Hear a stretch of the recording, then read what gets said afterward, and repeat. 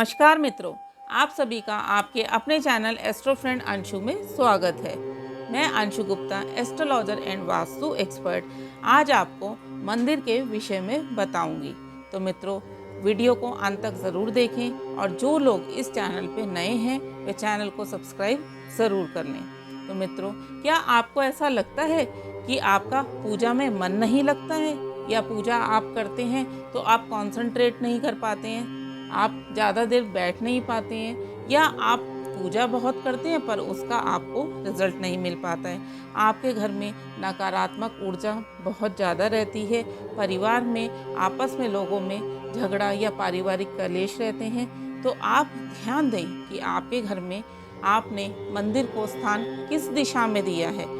यदि आपने मंदिर को किसी गलत दिशा में स्थान दिया है तो आप जितनी भी पूजा करेंगे उसका पॉजिटिव रिजल्ट आपको नहीं मिलेगा। तो मित्रों, आपको मंदिर कहाँ बनाना है? आपको मंदिर अपने घर के नॉर्थ ईस्ट डायरेक्शन में बनाना है। यदि आपको नॉर्थ ईस्ट डायरेक्शन नहीं मिल पा रहा है तो आप फिर ईस्ट में बना सकते हैं या आप नॉर्थ में बना सकते हैं। ये 3 डायरेक्शन आपके पास हैं जहाँ आप मंदिर बना सकते हैं।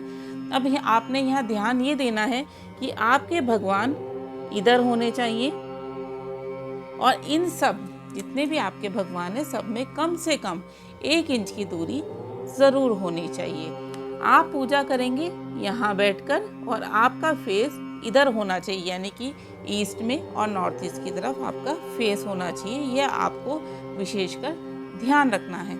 मंदिर में हमेशा मूर्तियाँ छोटी होनी चाहिए, बड़ी मूर्तियाँ नहीं होनी चाहिए, क्योंकि घर में बड़ी मूर्तियों से पूजा नहीं की जाती है, वह मंदिरों में ही की जाती है। मंदिर हमेशा आप घर में बना रहे हैं या आप नया रेडीमेड मंदिर लेके आ रहे हैं, वह हमेशा स्क्वायर ही होना चाहिए। इस चीज़ का आप ध्यान रखें। उसमें दरवाज़ा ज़रूर होना चाहिए।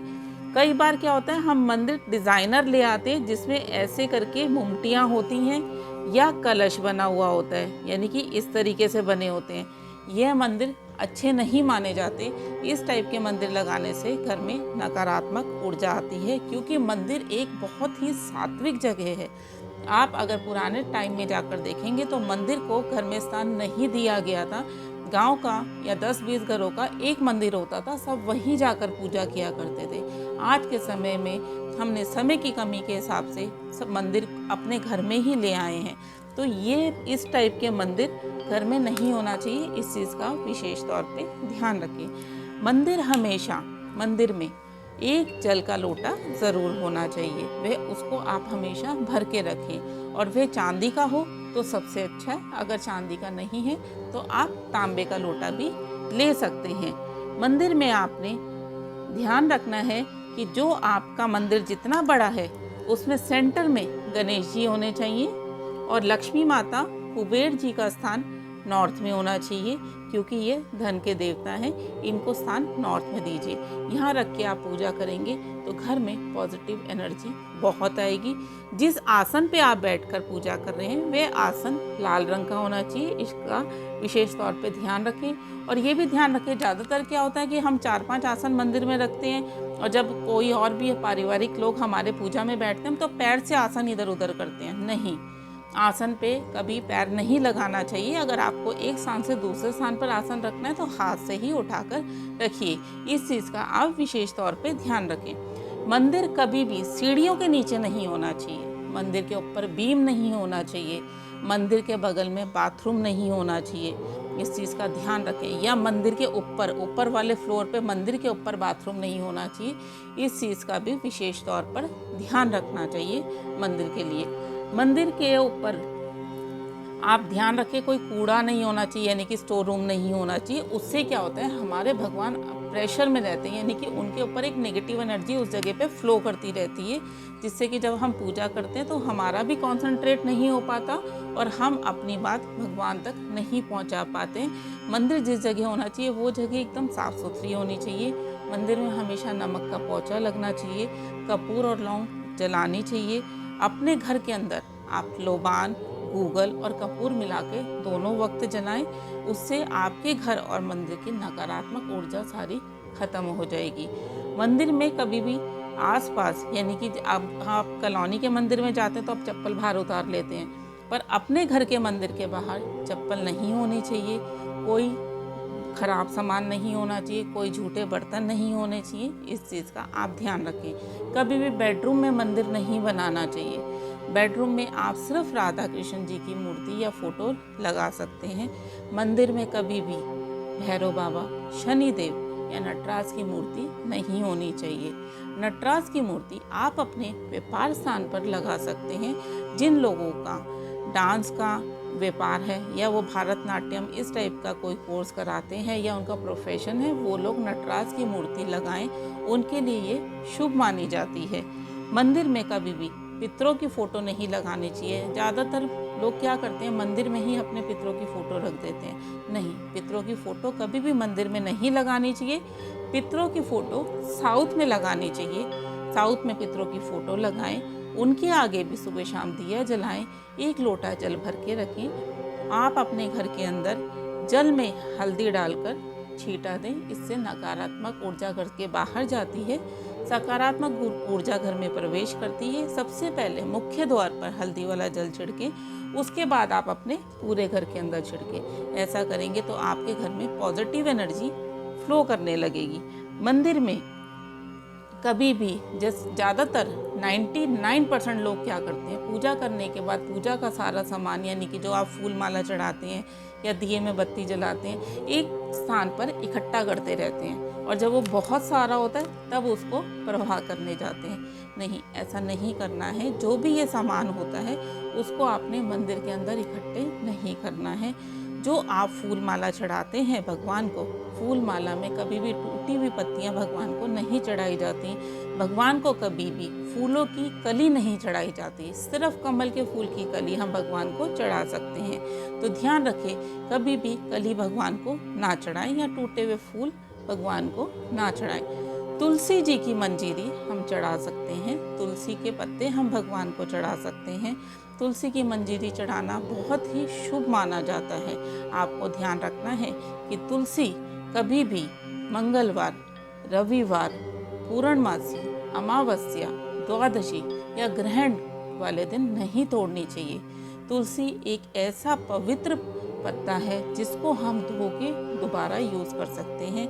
एक तुलसी के पत्ते को हम 11 दिन तक धो के भगवान को चढ़ा सकते हैं। जब भी आप पूजा करने बैठें तो आप ध्यान रखें, पूजा करने से पहले आप स्वच्छ वस्त्र धारण करें, यानी कि पहना हुआ वस्त्र या वस्त्र पहनकर खाना खाया हो और उसके बाद आपने बदल लिया हो, ऐसा वस्त्र ना पहने। हमेशा पूजा करते वक्त स्वच्छ वस्त्र पहनकर पूजा करनी चाहिए और आपका मुख भी स्वच्छ होना चाहिए।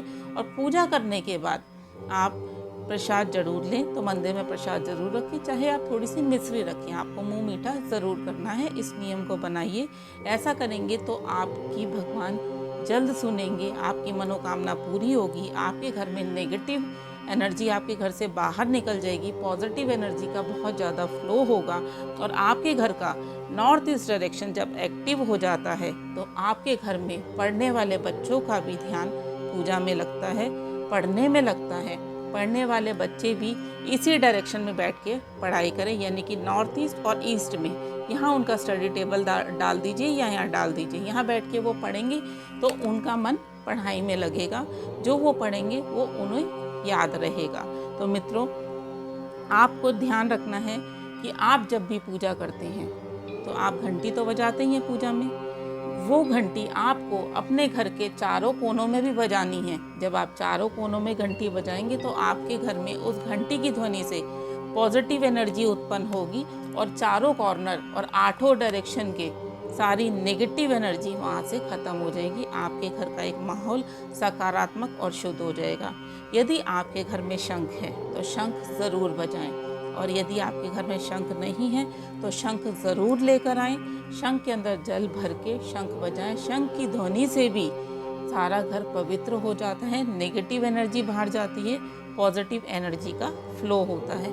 अब यदि आपकी कोई धन की इच्छा है, धन की इच्छा से आप लक्ष्मी जी की पूजा कर रहे हैं, लक्ष्मी जी का मंत्र जप रहे हैं या लक्ष्मी जी का स्तोत्र पढ़ रहे हैं, तो आपने नॉर्थ में बैठ के करना है, यानी कि घर के नॉर्थ में लक्ष्मी जी की फ़ोटो रख के यहाँ बैठ के नॉर्थ की तरफ मुंह करके आपने अपने जाप और पूजन करना है।